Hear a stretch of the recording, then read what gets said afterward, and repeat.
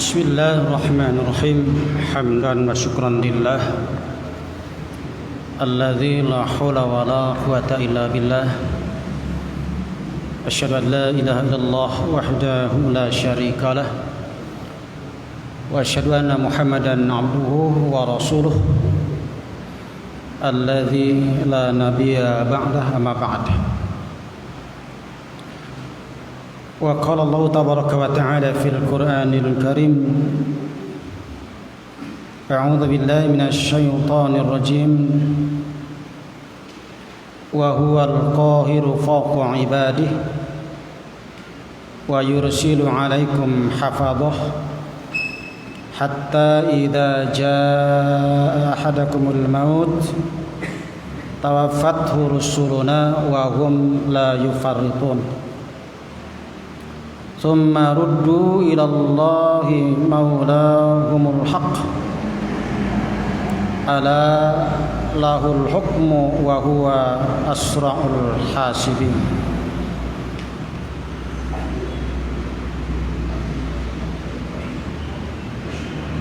Ucapan alhamdulillah senantiasa kita haturkan kepada Allah Subhanahu wa taala yang senantiasa memberikan kenikmatan kepada kita semua, nikmat sehat, dikasih luang waktu, kasih kesempatan, dan diberikan hidayah taufik untuk kesadaran berangkat berada di majelis ini. Ikhwatul iman, kajian untuk malam hari ini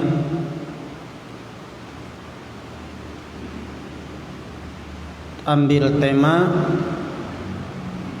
tertib mengurus jenazah. Makalah ini saya bikin karena bulan kemarin ada pertanyaan, kalau mayit belum dimandikan boleh tidak disolati? Begitu kalau nggak salah pertanyaan di Al-Hidayah. Saya menjawab dengan singkat bahwa dimandikan dulu, dikafani, baru disolati. Nah, makalah ini dibikin sekedar untuk meyakinkan bahwa apa yang kita sampaikan betul-betul berdasar atas tuntunan dan bimbingan dari Rasulullah Shallallahu Alaihi Wasallam. Mari kita simak terlebih dahulu Al-An'am ayat 61-62. Wa huwal qahiru fawqa ibadih, dialah Allah yang berkuasa atas seluruh hamba-hambanya. Wa yursilu alaikum hafadhah, Allah mengirim para malaikat yang menjaga kalian. Allah utus para malaikat, hafadhah itu para malaikat yang menjaga. Kiraman katibin, para malaikat yang mulia yang ditugaskan katibin sebagai katib, pencatat atas amal-amal kita.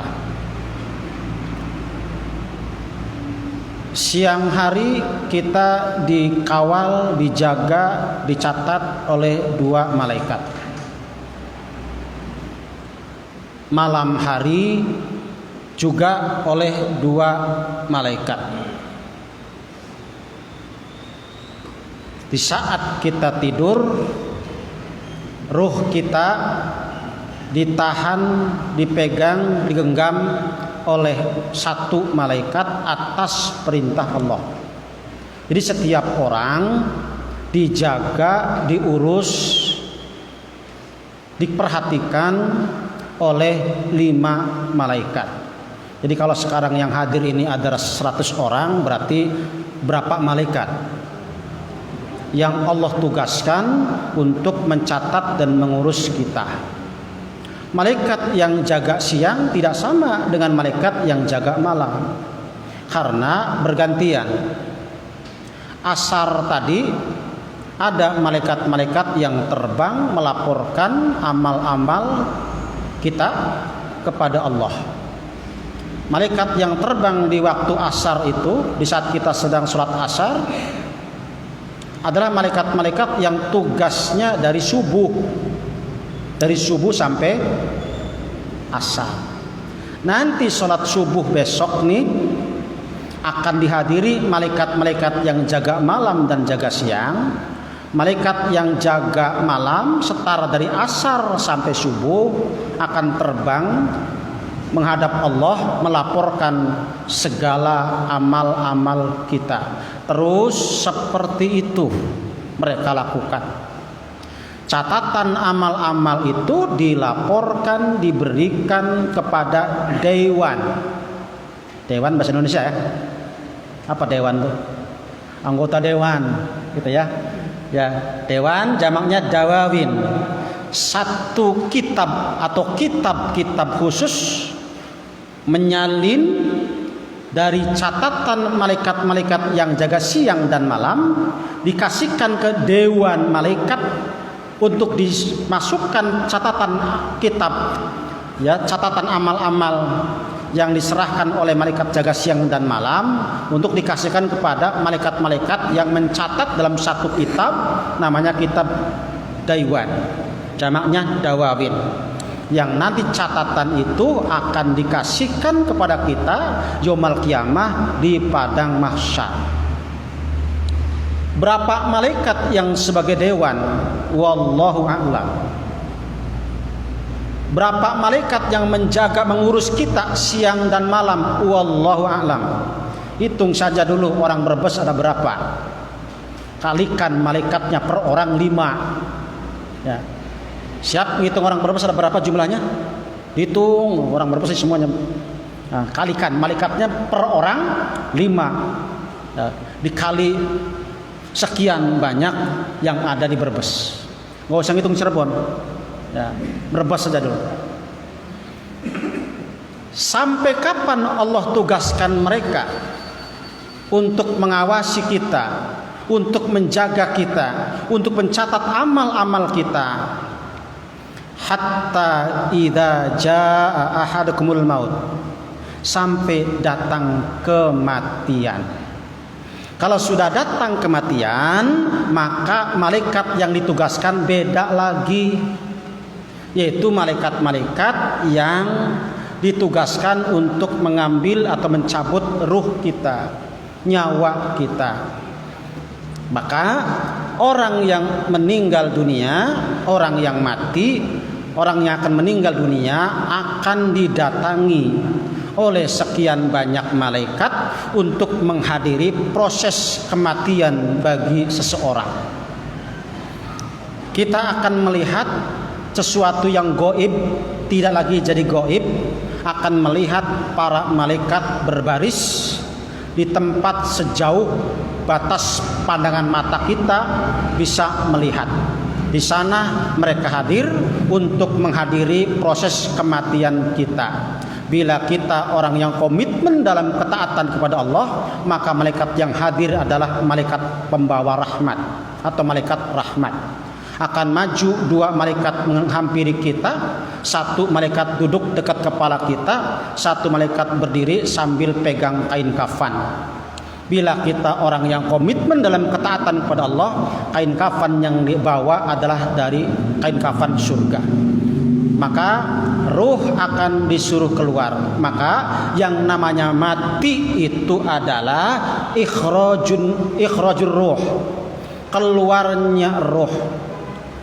Bisa babin naum, dengan sebab tidur, atau bisa babi ba'da ikmalin ni'mah wantihail hayat, atau karena nikmatnya sudah sempurna, rezekinya sudah habis, dan sudah berakhir masa jatah hidupnya. Itulah namanya mati. Oleh sebab itu para ulama membagi dua. Mati itu ada dua. Ada al-mautus sugro, ada al-mautul kubro. Ada mati kecil, ada mati besar. Apa yang dimaksud dengan mati kecil? Para ulama menyebutkan an-naum al-mautus sugro. Tidur itu adalah kematian kecil. Kenapa tidur dikatakan mati? Karena ikhrajun ruh. Ketika orang itu tidur, ruhnya lagi ada di luar, tidak berada di dalam badannya. Ruhnya dalam genggaman malaikat atas perintah Allah. Bila orang itu masih diberikan jatah hidup, Allah perintahkan arsil ruhah, lepaskan ruhnya, kembalikan ke jasadnya. Maka kita akan bisa bangun dan kita baca doa bangun tidur. Apa doanya? Bangun tidur,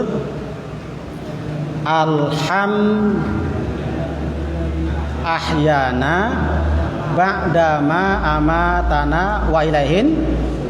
Apa artinya? Segala puji bagi Allah yang telah menghidupkan kami sesudah mematikan kami. Kapan matinya? Ketika tidur itu mati. Kenapa mati? Karena ketika tidur ruhnya tidak berada dalam badannya. Gerak badan kita, napas kita itu bukan ruh. Jadi ruh kayak apa? Ruh nggak usah dibahas. Ya, gerak badan kita, napas kita nampak jelas kelihatan dan dirasakan, tapi itu bukan ruh. Masih ingat kisah pemuda di gua yang ditidurkan 309 tahun. 309 tahun itu tidur. Ya, kalau matahari terbit, Allah gerakan supaya badannya kejemur sebagian. Ketika matahari sudah mengarah ke sebelah barat, digerakkan lagi sama Allah supaya kebagian semua agar badannya kena sinar matahari, karena itu syarat untuk kesehatan. Ya, syarat untuk kesehatan. Kalau orang tidur terus nggak pernah jemur, ya siap-siap saja lebih dekat ke alam barzah. Ikhwatu iman, tidur dikatakan mati karena memang ketika tidur ruh tidak berada dalam badannya. Bangun tidur kita diajarkan oleh Nabi, segala puji bagi Allah yang telah menghidupkan kami sesudah mematikan kami. Rasul yang memberi nama bahwa orang yang tidur dikatakan mati, kata Rasul. Cuman ulama menyebutnya itu mati kecil. Tapi kalau nyambung alias amsik ruhahu, kata Allah, malaikat tahan ruhnya, jangan dikembalikan. Maka orang itu nyambung matinya, pindah tempat seukuran pas dengan badannya. Ya, sesudah disolati. Nah, itu al-mautul kubro, mati besar. Jadi mati besar itu terpisahnya jasad dengan roh. Kapan dikembalikannya? Tunggu, bukan waktu yang sebentar.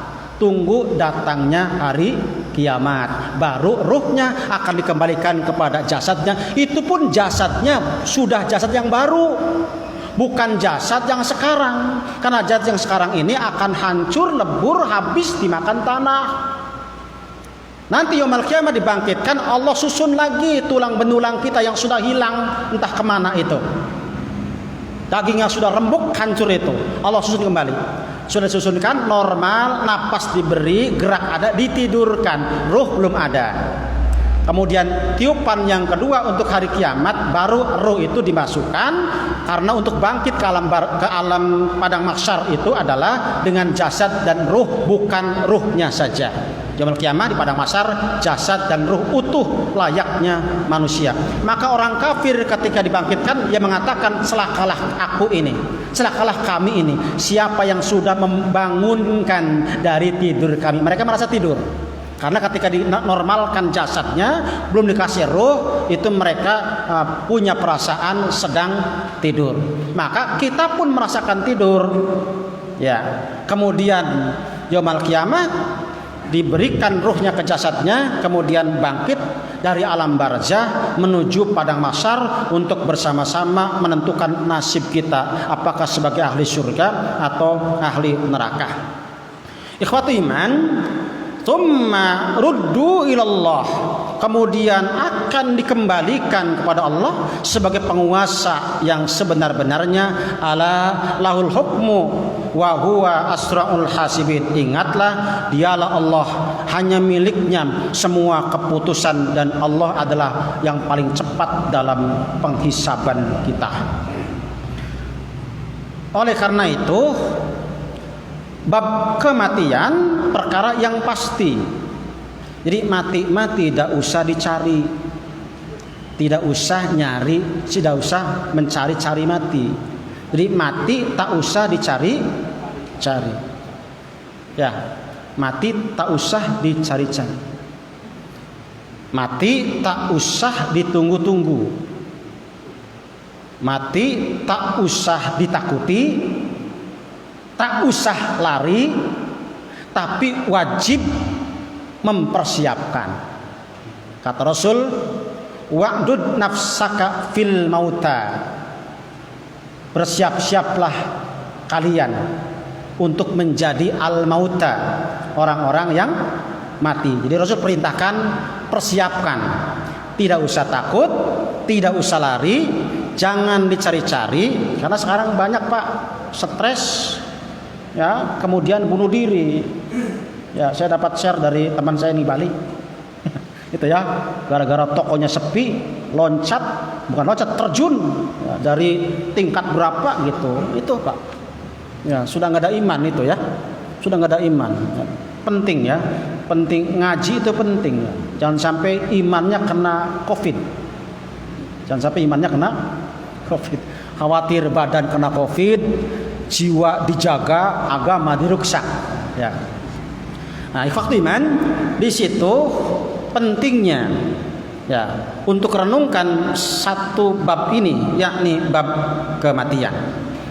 Dan salah satu persiapan yang harus kita siapkan adalah manakala ada saudara kita yang meninggal dunia, ya kita harus siap-siap mengurusnya. Mengurus mayit merupakan persiapan kita, bagian daripada persiapan kita untuk menghadapi hal yang sama. Mengurus, memuliakan, ya, memuliakan mayit merupakan bagian persiapan kita, karena kita pun akan sama seperti itu. Saya sudah pernah cerita di sini. Di Cirebon ada jamaah meninggal dunia. Lalu dimandikan oleh seseorang. Dari sekian banyak jamaah ada seseorang ikut mandikan. Mandikan belum selesai dia pingsan. Dibawa ke rumah sakit, meninggal juga. Jadi dalam satu waktu itu ya, mandikannya belum selesai ya, yang memandikannya meninggal. Jadi dua mayat saat itu memandikannya. Ya, untung yang lainnya nggak nyusul gitu. Kalau nyusul terus ya berabe ya. Dua orang dalam waktu yang sama, hanya beda menit barangkali begitu, beda detik. Nah itu. Jadi mengurus jenazah adalah memuliakannya dengan cara memperhatikan aturan-aturan yang Rasul tetapkan, yang Allah perintahkan kepada kita. Karena mengurus jenazah bagian daripada amal baik kita untuk persiapan bekal kita menghadap Allah. Jadi untuk bab ini ya mohon maaf, bacaan-bacaan sholat jenazah harus dipelajari. Bila perlu kita mengulang bacaan-bacaan sholat jenazah, karena yang mati berharap doa dari orang yang menyolati, berharap dari orang-orang yang menyolatinya. Syukur banyak yang menyolati, tapi yang paling penting adalah yang menyolatinya akidahnya lurus, ibadahnya lurus. Percuma yang nyolatinnya banyak tapi ahli musyrik semua. Nah itu tidak mungkin Allah ijabah ya. Yang sholatnya banyak tapi artis semua yang tidak pernah ngaji umpamanya, enggak semuanya artis enggak ngaji ya, maka baca apa kira-kira ketika menyolatinya? Doanya apa? hanya bisa ikut berdiri dan takbir, tak bisa baca apa-apa. Andai kata mayit bisa ngomong, alangkah sedihnya disolati oleh sekian banyak orang yang ternyata doanya tidak ada untuk jenazah. Sering saya dalam memimpin sholat jenazah, terutama di masjid-masjid umum, saya sampaikan kepada yang mau nyolatin, yang belum hafal bacaan doa untuk jenazah, cukup Allahumma gfir lahu, Allahumma gfir lahu. Takbir pertama gitu ya, takbir pertama Al-Fatihah, surat yang lain kemudian sholawat. Takbir yang kedua sampai keempat saya bilang hafalkan saja untuk takbir kedua dan keempat itu Allahumma gfir lahu. Saya kasih tahu artinya, ya Allah ampunilah dosanya, Allahumma gfir, daripada takbir kedua, ketiga, keempat tidak baca apa-apa, kan kasihan mayit.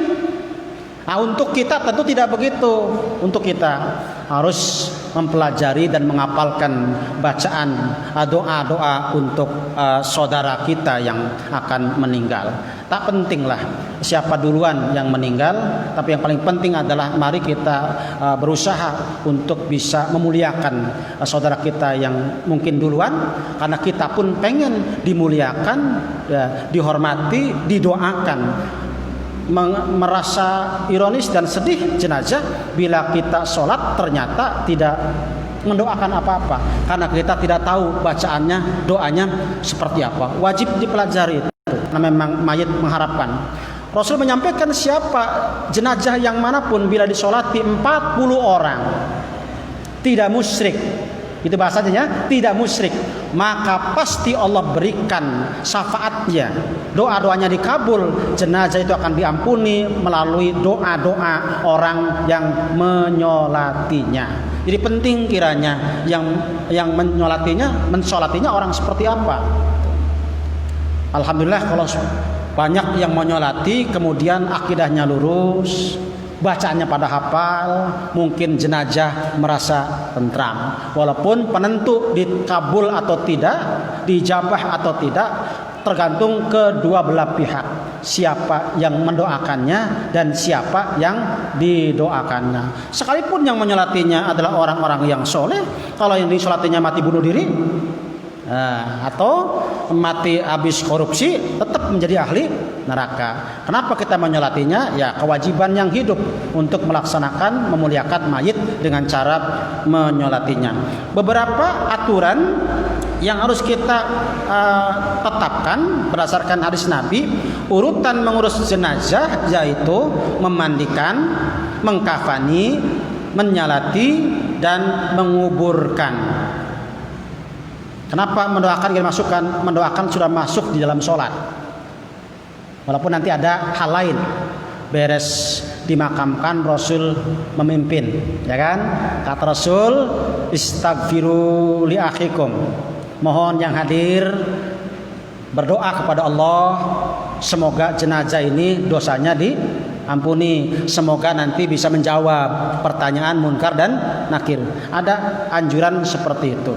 Tapi yang pokok dari bab ini adalah sebagaimana merespon jawaban pertanyaan kemarin, apakah jenazah yang belum disolat, belum dimandikan boleh disolati? Nah, ini. Maka jawabannya ada di sini. Urutannya memandikan, mengkafani, menyolati, dan menguburkan. Perhatikanlah hadis-hadis di bawah ini. Pertama, dari Ummu Atiyah qalat, ia mengatakan lamma matat Zainab bintu Rasulillah, ketika Zainab putrinya Rasul. Putri Rasul dari istri yang mana? Khadijah, ya. Khadijah itu putrinya banyak. Ada Fatimah, ada Ruqayyah, ada Zainab, ada Ummu Kulsum. Ya, ada Fatimah, ada Ruqayyah, ada Zainab, ada Ummu Kulsum. Fatimah punya anak 5. Fatimah nikah sama Ali bin Abi Thalib, punya anak 5. Hasan, Husain, Muhsinah, Ummu Kulsum, Zainab. Jadi nama saudara dipakai untuk nama anaknya. Ummu Kulsum dan Zainab itu kan saudara dari Fatimah, tapi digunakan untuk nama anaknya. Tidak apa-apa. Ya tidak apa-apa. Kalau kata kita kan kayak nggak ada nama lagi gitu ya. Ya nggak apa-apa, sah-sah saja gitu kan. Nah. Ali bin Abi Thalib punya istri Fatimah. Punya istri Fatimah. Ibunya Ali bin Abi Thalib Fatimah. Orang tuanya Khadijah Fatimah. Jadi banyak Fatimah. Ali punya istri namanya Fatimah. Ibunya Ali bin Abi Thalib Fatimah. Ibunya Khadijah Fatimah. Itu kalau ngumpul semua Fatimah 3 orang ya. Panggil Fatimah yang mana? Bahkan istri-istri Rasul ada yang namanya double, Zainab. Ada Zainab bin Jahsy, ada Zainab bin Suraih. Zainab. Nanti Husain punya anak Ali bin gitu. Berarti menggunakan nama bapaknya.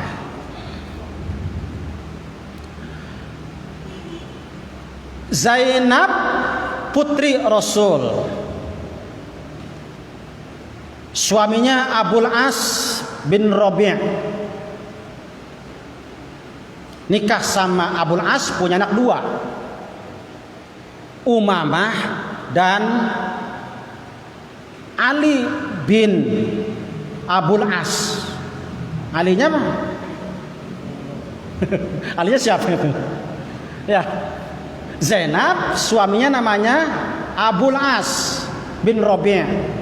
Punya anak 2. Umamah dengan Ali bin Abul As. Ali bin Abul As meninggal dalam kondisi sobian, masih bayi. Umamah sempat nikah sama Ali bin Abi Thalib sesudah Fatimah nggak ada, tapi nggak punya anak. Makanya keturunan Nabi hanya dari Fatimah. Ya, hanya dari Fatimah. Konon katanya Habib Rizik cucu dari Rasulullah yang ke berapa? 39 38. Ya, wallahu alam itu nanti dicari datanya di Madinah, minta silsilah.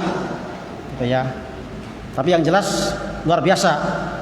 Ya, untuk kedoliman luar biasa. Untuk meluruskan ya yang batil ya, luar biasa. Wajib didukung. Ya kita mah kan banyak Habib. Kira-kira Habib yang mana yang betul-betul garis? Kan nggak gampang itu tuh ya, tidak gampang gitu. Jangan asal. Yang penting Habib. Kalau Habib pasti keturunan, ya belum tentu. Karena untuk jadi Habib bisa dengan cara beli. Bisa jadi Habib, beli dulu untuk dapat Habib. Ada yang begitu. Karena kalau sudah jadi Habib itu beda, terkait dengan jabatan. Zainab putri Rasulullah, kata Ummu Atiyah, lamma matat Zainab bintu Rasulullah, ketika Zainab putrinya Rasul meninggal dunia. Ummu Atiyah berarti sahabat Nabi perempuan yang memandikan jenazah Zainab binti Rasulullah. Kata Rasul, igsilna witron salasan au khamsan waj'alna fil khamisah kafur au syai'an min kafur. Mandikanlah jenazahnya Zainab ini. Jadi orang tua nyuruh bapaknya Zainab, nyuruh Rasulullah, nyuruh ibu-ibu, karena jenazahnya perempuan maka lebih afdol perempuan yang memandikan, wajib memandikan perempuan. Jangan ada laki-laki yang bukan muhrim. Kalau suaminya silakan. Karena kata Rasulullah, Aisyah, kalau kamu mati duluan, aku memandikan kamu. Ya boleh, suami mandikan istri, atau anak memandikan orang ibunya, atau ibunya memandikan anak laki-lakinya. Yang jelas yang muhrim. Yang bukan muhrim awas. Karena tetap menjaga aurat. Aurat yang mati sama dengan harus dijaga sebagaimana aurat ketika masih hidup. Pelan-pelan memandikannya, jangan kasar. Jangan diurut perutnya, sakit itu. Ya, ya, supaya bersih, nggak akan bersih. Kata Rasul, mandikanlah dia dengan ganjil 3, 5, dan jadikanlah yang kelima campuran kafur, ya, atau yang lainnya. Kafur di sini jangan dipahami kafur untuk bangunan. Atau kafur untuk nulis. Karena ada yang praktek ustadz praktek itu. Kafur nulis. Ada khusus kafur untuk pengawet jasad, untuk pengharum dan pengawet. Dalam hadis yang lain, mandikan dengan daun bidara. Daun bidara. Banyak daun bidara itu sebenarnya. Ya. Yang saya tahu di Indonesia ada 2 jenis bidara. Ada bidara darat, bidara laut. Bidara laut yang agak tebal, kemudian buahnya bulat rada gede. Ada bidara darat yang lembut-lembut, buahnya kecil, kalau mateng dagingnya putih, kulitnya warnanya merah. Ketika saya di Madinah sama seperti itu. Sama bidara, daun bidara. Itu kalau diambil daunnya, diremes akan menghasilkan busa. Dan itu untuk memandikan jenazah cukup bersih. Pengganti sabun, karena zaman Nabi tidak ada sabun. Maka daun bidara untuk sabunnya. Bukan ambil kemudian gosok-gosok itu. Jadi ambil, diperes dulu, nanti akan menghasilkan semacam sampo. Itulah untuk memandikannya. Lakukan dengan cara ganjil 2 kali, 3 kali, 5 kali, 7 kali, sampai berapa kali pun yang penting ganjil sampai bersih. Banjur sabun, ya kan? Terus sampai bersih. Lakukan. Dahulukan anggota kanan dan anggota wudhu. Bukan diwudhui. Kalau diwudhui nanti harus ngusap kepala. Bukan, ya. Dahulukan anggota kanan dan anggota wudhu. Banjur anggota kanan dulu. Bukan diwudhui, awas. Jenazah diwudhui. Nanti suruh sholat.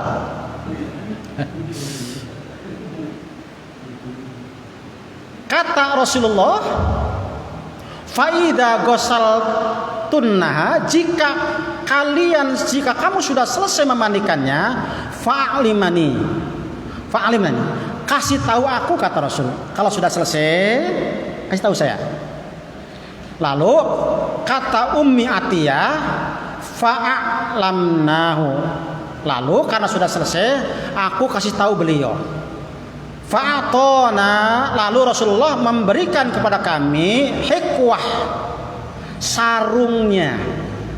Memberikan sarung Rasulullah. Rasul punya sarung. Dikasihkan sarungnya ke Ummu Atiyah sambil mengatakan as'irnaha iyahu. Pakaikanlah sarung ini kepadanya sebagai kain kafan yang pertama. Jadi boleh kain kafannya tidak mesti yang putih. Putih itu afdol. Afdolnya kain kafan, afdolnya baju kita putih. Bukan berarti selain putih nggak boleh, bukan.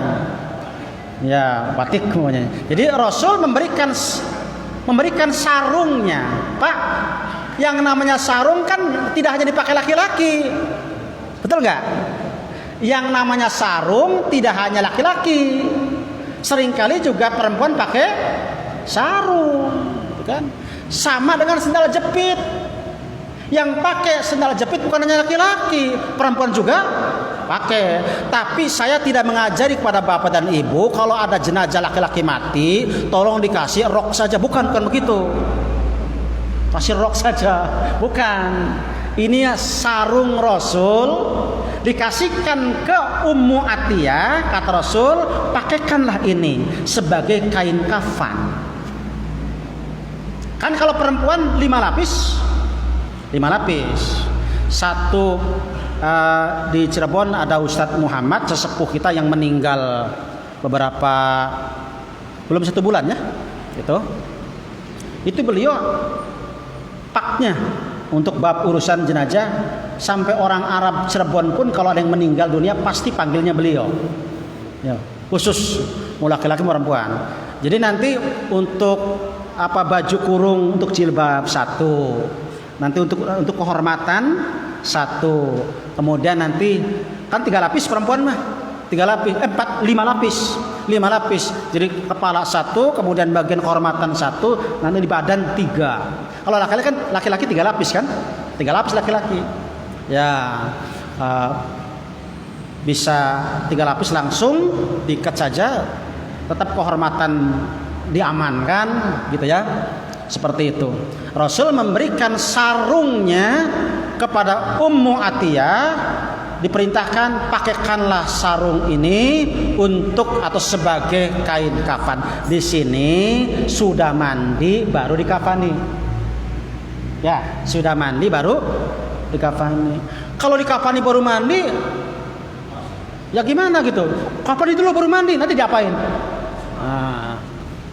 Nanti bisa jadi dimakamkannya, disolatinya nggak pakai kain kafan ya, gitu. Jadi dimandikan baru cukup dengan hadis ini, urutannya adalah memandikan dan kemudian mengkafani. Hadis berikutnya, hadis terakhir ya, karena cuma 2 hadisnya, rujukannya bisa dicek. Nah, dalam kitab Syarah Sahih Muslim Imam An-Nawawi di jilid yang kedua, beliau memberikan penjelasan dengan hadis ini, fihi zawazu takfinil mar'ati fi sabir rijal fi sabir rajul. Boleh mengkafani jenazah perempuan dengan menggunakan sarung laki-laki. Karena hadisnya seperti itu. Sarungnya Rasul dipakai untuk lapisan pertama kain kafan bagi putrinya yang bernama Zainab. Ya, baru berikutnya, lapisan berikutnya kain kafan. Sesudah sarung dihitung 1 tuh. Sarung dihitung 1. Jadi boleh warnanya tidak satu jenis, tidak satu macam, nggak putih semua. Contoh, sarung Rasul tidak ada penjelasan apakah putih atau umumnya sarung nggak putih ya biasanya ya, itu motifnya. Kain kafan memang orang kalau sudah bikin kain kafan pasti pikirannya ke warna putih. Lalu kafan itu artinya ya kain pembungkus mayit, kain kafan. Gitu. Cuman kita kalau sudah seperti kafan putih, gitu kan? Ya. Sama dengan sebut kurban ke sapi, gitu, ingat. Hadis yang kedua, Rasulullah pernah menyampaikan di hadapan para sahabat, lalu menceritakan ada seorang sahabat yang meninggal dunia, dikafani, tapi kain kafannya nggak cukup, tidak menyeluruh, masih ada bagian yang terbuka. Maka Rasulullah menyampaikan, fajazara an-nabiyyu anna yuqbarar rajul billail hatta yusolliya alaih. Rasul melarang seseorang menguburkan jenazah sebelum disolati. Rasul dilarang mengubur jenazah di malam hari sebelum disolati. Artinya kalau sudah disolati mangga menguburkan malam juga. Ya, kan boleh malam menguburkan jenazah. Di zaman Nabi ada seorang wanita yang hitam namanya Khorqah, meninggal dunia dimakamkan malam hari. Bahkan ada penjaga masjid yang Rasul menyolatinya juga dimakamkan di malam hari. Abu Bakar Siddiq sering praktek menguburkan jenazah di malam hari. Jadi nggak masalah. Gak masalah kalau memang memungkinkan ya. Kalau tidak mungkin ya jangan. Kalau masih mungkin ya silakan. Kan makam sekarang mah tidak menakutkan ya, rame makam sekarang mah. Cirebon khususnya, tambal ban ada di makam, warung kopi ada di makam, jemuran ada di makam, rumah Polisi nggak berani ngurak-ngurak. Ada rumah dalam kuburan. Nggak takut sekarang kuburan tuh. Jadi nggak masalah kalau nguburkan malam hari gitu ya. Sudah ada penerang di situ. Ya, penerang warung kopi.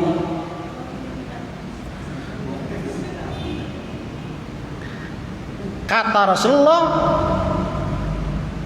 apabila kalian mengkafani idza kafana ahadukum akho, jika kalian mengkafani salah seorang dari kalian, maka fal yuhsin kafanahu, perbaguslah cara mengkafaninya. Awas jangan salah mengartikan, hendaklah yang bagus kafannya, nanti nyari yang paling mahal akhirnya. Perbaguslah cara mengkafaninya. Ya, bukan hendaklah yang bagus kafannya, bukan. Perbaguslah cara mengkafaninya yang apik gitu. Termasuk kalau sudah diikat jangan dipudarkan lagi. Itu sudah rapi, diikat itu. Sudah diikat dilepas lagi.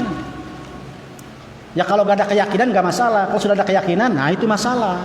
Akidah kaitannya ya gitu. Jadi nggak ada istimewanya mau dilepas lagi atau dibiarkan. Cuman yang jelas kalau sudah rapi kenapa harus dipudarkan lagi? Jadi nggak rapi lah gitu. Jadi fal yuhsin kafanahu, perbaguslah cara mengkafaninya. Jadi merujuk kepada hadis yang kedua ini, Rasul melarang jenazah itu dimakamkan sebelum disolati. Artinya solati dulu baru kemudian dimakamkan. Maka cukup dengan dua hadis ini, urutan mengurus jenazah adalah memandikan, mengkafani, menyolati, baru menguburkan. Cukup barangkali saya kembalikan pada pembicara.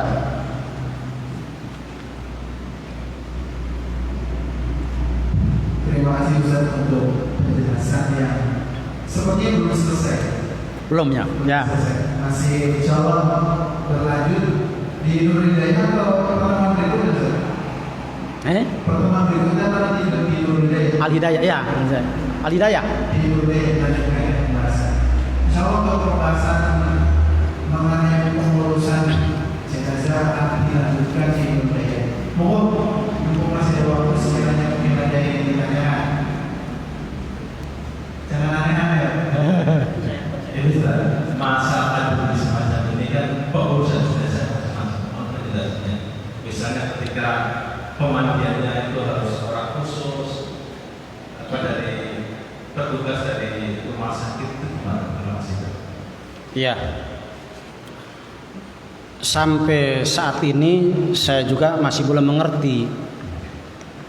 Cuman kalau betul memang kena COVID, maka harus ditangani tenaga-tenaga khusus. Tenaga khusus tidak mesti dari mereka, dari jamaah kita pun harus dilatih, mestinya begitu. Ya, karena kalau semuanya diserahkan kepada pihak mereka, belum tentu keurus. Maka jamaah kita mestinya dilatih, diberikan pengarahan ilmu tentang menangani jenazah yang mati karena COVID. Iya, maksudnya ngurusnya. Iya, diurus sebagaimana jenazah. Karena mereka punya keyakinan walaupun sudah mati, maka penyakit itu tetap menularnya. Kan untuk bab ini kita mah awam, untuk bab ini mah oke lah, anggap itu benar, walaupun kita tidak membenarkan, ya kan? Anggap itu benar. Kalau itu benar, berarti ya diurus oleh tenaga khusus kalau memang itu benar. Itu kan kalau benar. Nah, tenaga ahlinya tidak mesti dari mereka sebenarnya. Kita pun bisa harusnya untuk memiliki tenaga ahli asal mereka membinanya supaya tertangani dengan secara syariat. Jangan sampai nilai-nilai agamanya diruksak. Banyak contohnya, karena rumah sakit yang ngurus langsung dimakamkan, disolati nggak boleh. Ya kan, disolati nggak boleh, dimandikan apalagi. Padahal kata bapak tadi, kalau sudah mati ya sudah, masa coronanya ngikut mati kan gitu kan, ya kan? Bahkan di Cirebon ada begini, untuk mengetahui orang itu corona atau tidak setelah mati malah pemeriksaannya, kan bikin bingung. Sudah mati baru diperiksa katanya, ini kena corona atau tidak? Kan sudah dari awal negatif atau positif, kenapa sudah mati diperiksa lagi, gitu kan? Ini kan ya ujung-ujungnya ya, nah itulah begitu, ya. Jadi sekarang ini banyak jenazah-jenazah yang didolimi. Karena satu, penyakitnya bukan COVID tapi dinyatakan COVID. Itu bukan rahasia lagi. Itu saya hanya mengingatkan. Jadi ini kan mendolimi jenazah. Harusnya dapat hak-hak yang tadi, dimuliakan seperti tadi, disolatkan, dimandikan dan sebagainya. Ini tidak, langsung di rumah sakit dimakamkan saja, dimandikan tidak, ya kan? Disolati juga mereka juga tidak akan ngerti bagaimana sholat jenazah, ya kan? Makanya kita yang ngerti mestinya tetap dasaran kita, walaupun betul ada yang COVID mamanya dimakamkan seperti itu, tetap kan perintah menyolati ke makamnya, kita menyolati kan gak masalah. Rasul tadi menyolati jenazah penjaga masjid, kata Rasul, mana si fulan? Kok nggak ada? Ya Rasulullah, matat al-bariyah, semalam meninggal dia, mana makamnya? Kata Rasul. Rasul diantar untuk kemudian menyolatinya di situ. Artinya kalau betul ada jamaah kita yang kena COVID, ternyata nggak ada yang menyolatin, ya sudah sholati di sana, nggak masalah kok. Rasul beri contoh, karena jenazah sangat butuh dengan sholat jenazah kita. Semakin banyak yang menyolati, yang akidahnya lurus, berharap semakin besar peluang untuk dapat ampunan dari orang-orang yang menyolatinya. Ini kan tidak, jangan disolati, kan ini COVID. Padahal sudah dimakamkan, ya kan?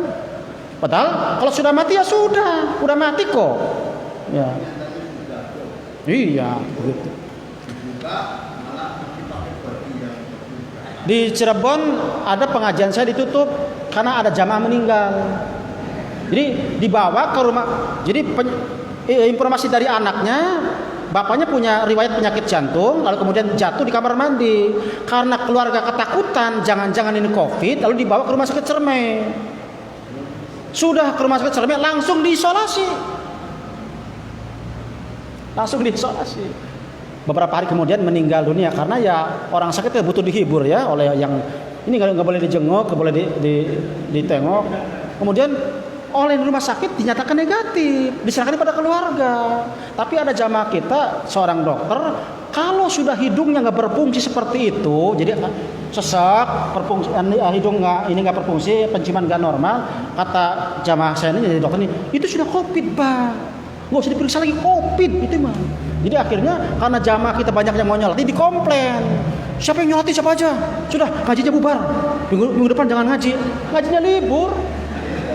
Astagfirullah, ini yang kena coronanya iman. Iman kena corona.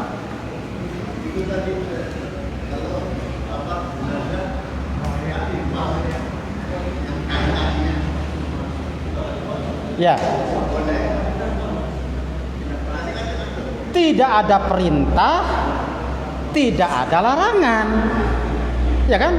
Nggak ada perintah, nggak ada larangan. Tanyakan kenapa harus dilepas. Tanyakan. Karena kalau urusan dunia pasti ada jawabannya, Pak. Kalau urusan dunia, contoh, kenapa kamu makan? Lapar. Kenapa tidur? Ngantuk. Kenapa olahraga? Supaya sehat. Kenapa dilepas? Apa jawabannya? Supaya mayitnya gentayangan. Akidah. Kalau sudah akidah, jangan, sudah biarkan begitu saja. Begitu. Kalau sudah akidahnya nggak beres, tanyakan jawabannya apa. Kenapa pengantin pakai keris? Tanyakan, ya kan? Kenapa pengantin pakai keris? Kenapa pengantin harus nginjak telur? Kenapa harus kendi dipecahkan? Tanyakan jawabannya apa. Sorry, kenapa mau nggak diganti sampai celurit? Jangan keris, celurit saja. Kan begitu. Kalau itu bolehlah jawab aksesoris supaya gagah. Boleh nggak pakai pistol? Kan gitu kan. Nggak bisa. Kalau telur diinjak sampai pecah, kendi dipecah, apa jawabannya?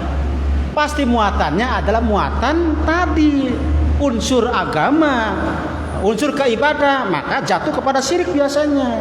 Itu tugasnya KUA, menerangkan gitu. Telur daripada diinjak, goreng saja, ya kan? Kendi udah nyarinya susah, harganya mahal, dipecahin. Memecahkan emosi supaya nggak emosian, di karang-karang begitu kan? Gitu kan. Telur kan sudah mubazir perbuatan.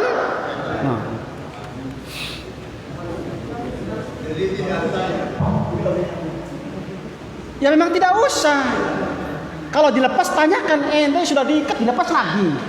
Dari tadi juga usah diikat lagi gitu.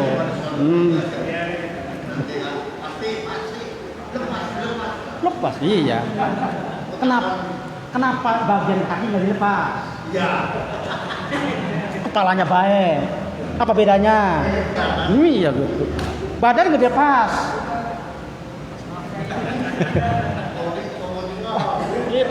Terima kasih banyak untuk Cukup.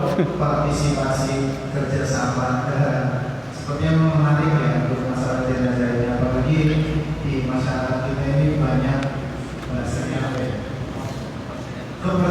kepercayaan yang sebenarnya tidak bisa dipercaya ya. Nah, Tidak bisa dipercaya, apalagi sama pautnya dengan kita. Insya Allah untuk pembahasan pengurusan jenazah ini akan diambil di Masjid Nurul Hidayah. Ada para jamaah yang sekiranya masih buta, masih memerlukan ilmu ini untuk nanti yang dirasakan di masyarakat, Allah untuk hadir di majelis kajian Masjid Nurul Hidayah atau bisa diakses di media sendiri Facebook. Mungkin itu aja terakhir penutup dari saya. ya, baik. Ikhwat iman, mudah-mudahan segala jeripayah kita, langkah kita, segenap ibadah-ibadah yang kita lakukan kelak yaumul qiyamah menjadi wasilah untuk meraih kemuliaan dari Allah. Allahumma ighfir lana warhamna wa tub alaina innaka antat tawwabur rahim. Allahumma aslih lana dinana alladzi huwa ismatu amrina wa aslih lana akhiratana allati fiha ma'adina. Akhirul kalam, wassalamualaikum warahmatullahi wabarakatuh.